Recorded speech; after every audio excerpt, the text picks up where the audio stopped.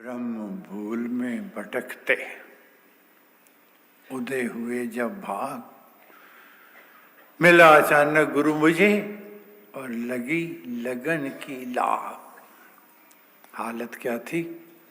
कुमति कूप में पतन था, पकड़ निकाला हाथ और धाम बताया ईश का, देकर पूरा साथ।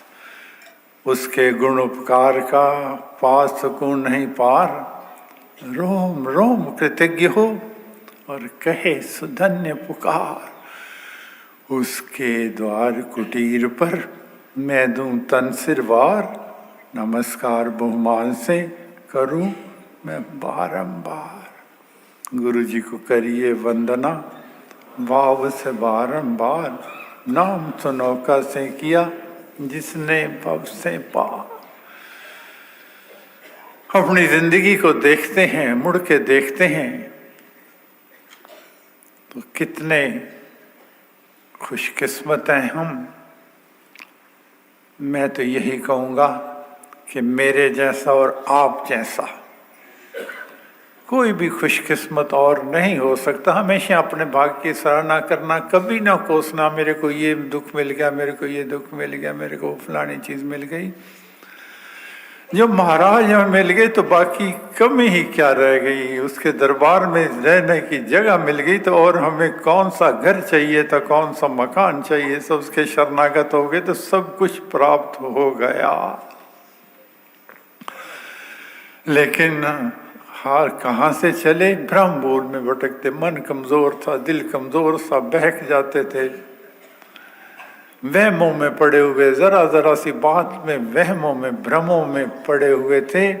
भ्रम भूल में भटकते उदय हुए जब भाग्य का बानु उज्जवल हुआ तो क्या मिला? मिला अचानक गुरु मुझे और लगी लगन की लाग। और उस गुरु ने क्या दिया?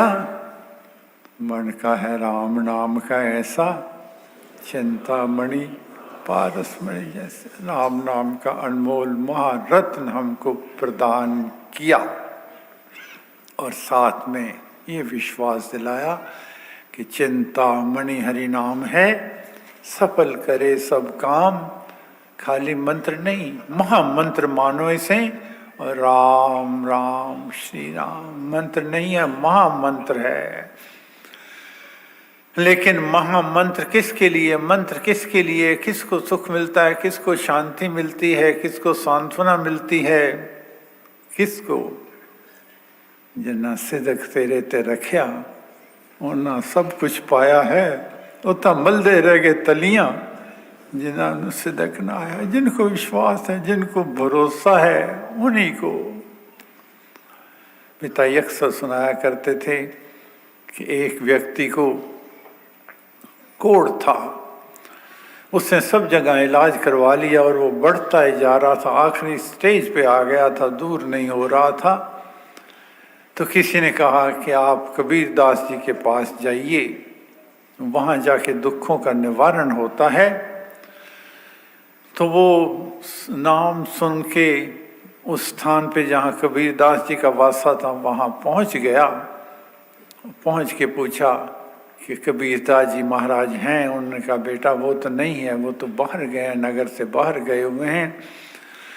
कहने लगा माँ मैं तो बड़ी आस से आया था, माई लोई थी वहाँ पे। माँ मैं बड़ी आस से आया था, मेरे को किसी ने कहा था कि जो तेरा कोढ़ है ये और कहीं नहीं दूर हो सकता, केवल कबीरदास जी के वहाँ जाकर ही हो सकता है।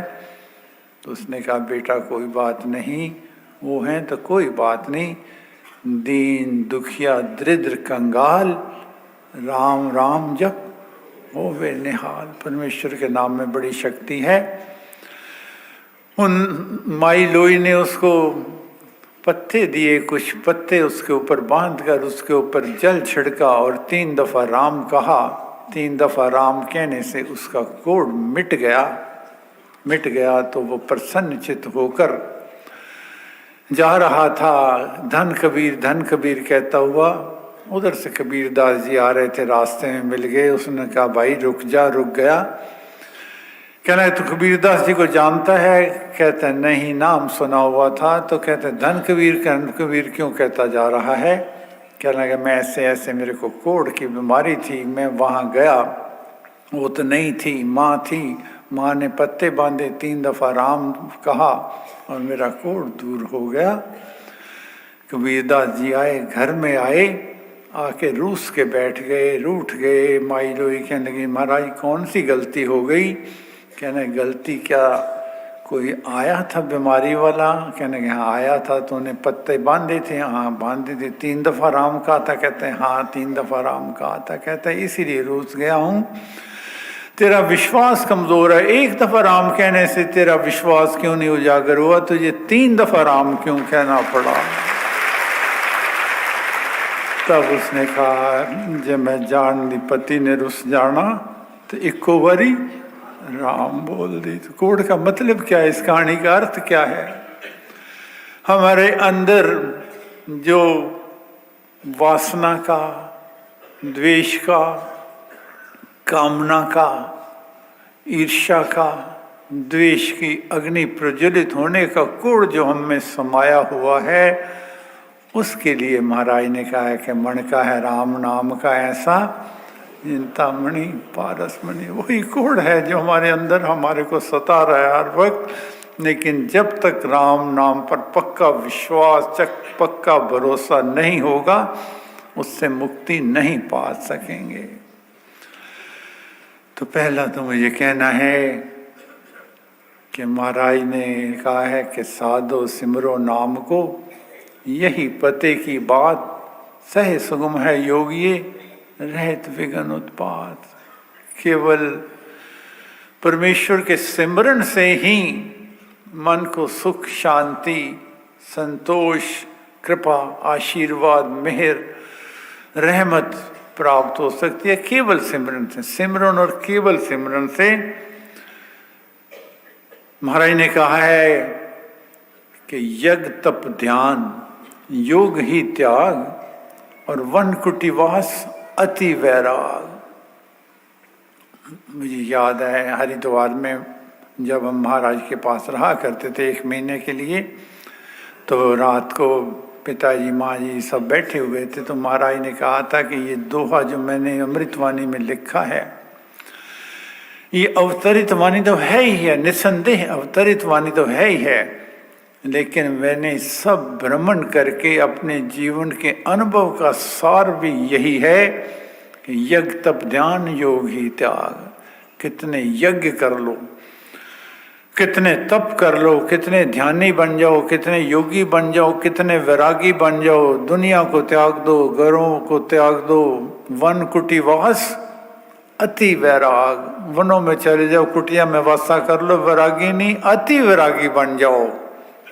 लेकिन राम नाम भी नीरस फोक, राम राम जप तरिए लोग। ये नहीं कि यज्ञ से कोई लाभ नहीं होता, तप से लाभ नहीं होता, ध्यान से नहीं होता, वैराग से नहीं होता, सबसे होता है। लेकिन कब? जब उसमें परमेश्वर के सिमरन का समन्वय होता है। अगर समन्वय नहीं है उसमें, तो सुना जानिए ज्ञान विवेक, जिसमें राम नाम नहीं एक, सुने ग्रंथ पंथ मत पोथे, बने जो राम नाम में थोथे। अगर परमेश्वर के नाम का सिमरन नहीं है तो कुछ नहीं है। सिद्ध आश्रम की निशानी क्या है? जैसे विश्वामित्र जी का सिद्ध आश्रम था, क्या निशानी है उसको?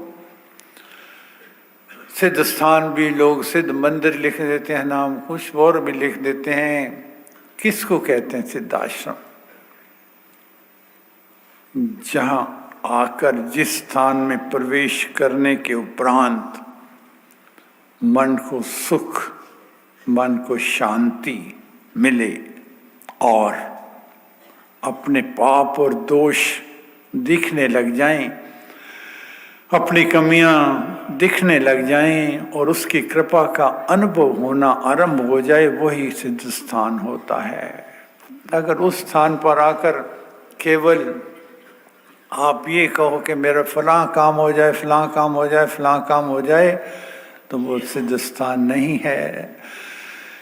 जिस स्थान पर पाप दोष दिखेंगे, परमेश्वर की कृपा का अवतरण होने का मन में अनुभव होगा, वह काम तो बनेगी बनेंगे, आपकी मनोकामना पूर्ण होगी होगी, इसमें तो कोई संदेह नहीं है। अष्ट सिद्धि नवनिधि के दाता, अस्वर दीन जानकी माता, राम रसायन तुमरे पासा, सदा रहो रघुपति के दासा। जानकी माँ ने क्या कहा है?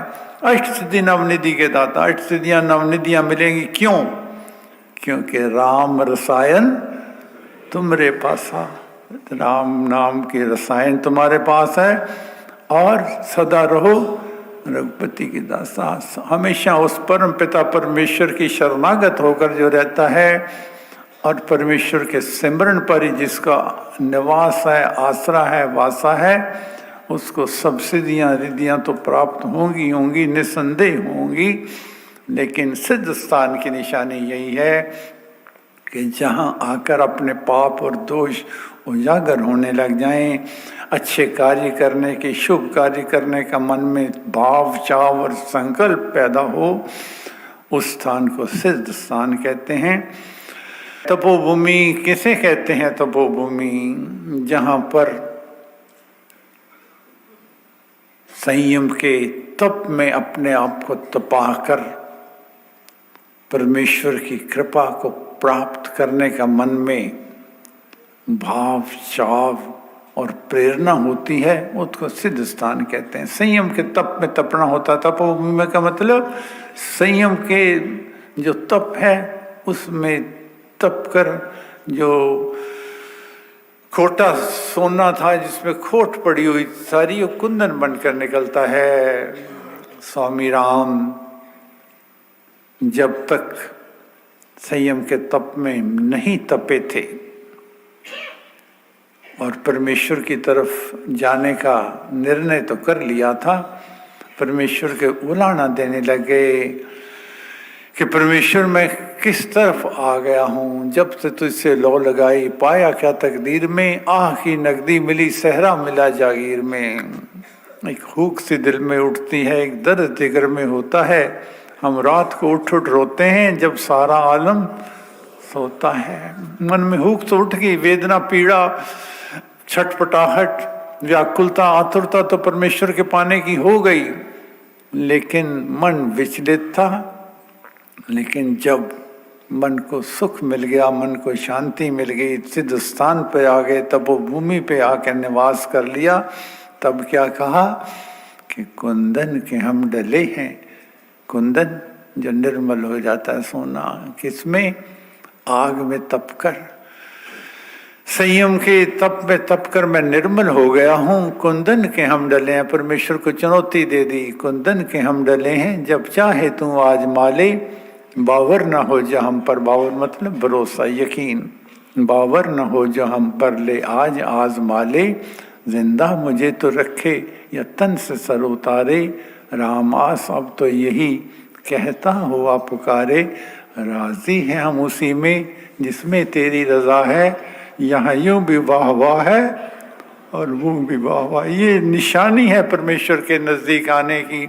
जब मन में ये भाव आ जाता है कि यहाँ यूं भी वाह वाह है और वो भी वाह वाह है, सुख हो दुख हो, हमने तो अपना आपा तेरे समर्पित कर दिया। जब समर्पण पूरा हो जाता है तब परमेश्वर का वासा होता है।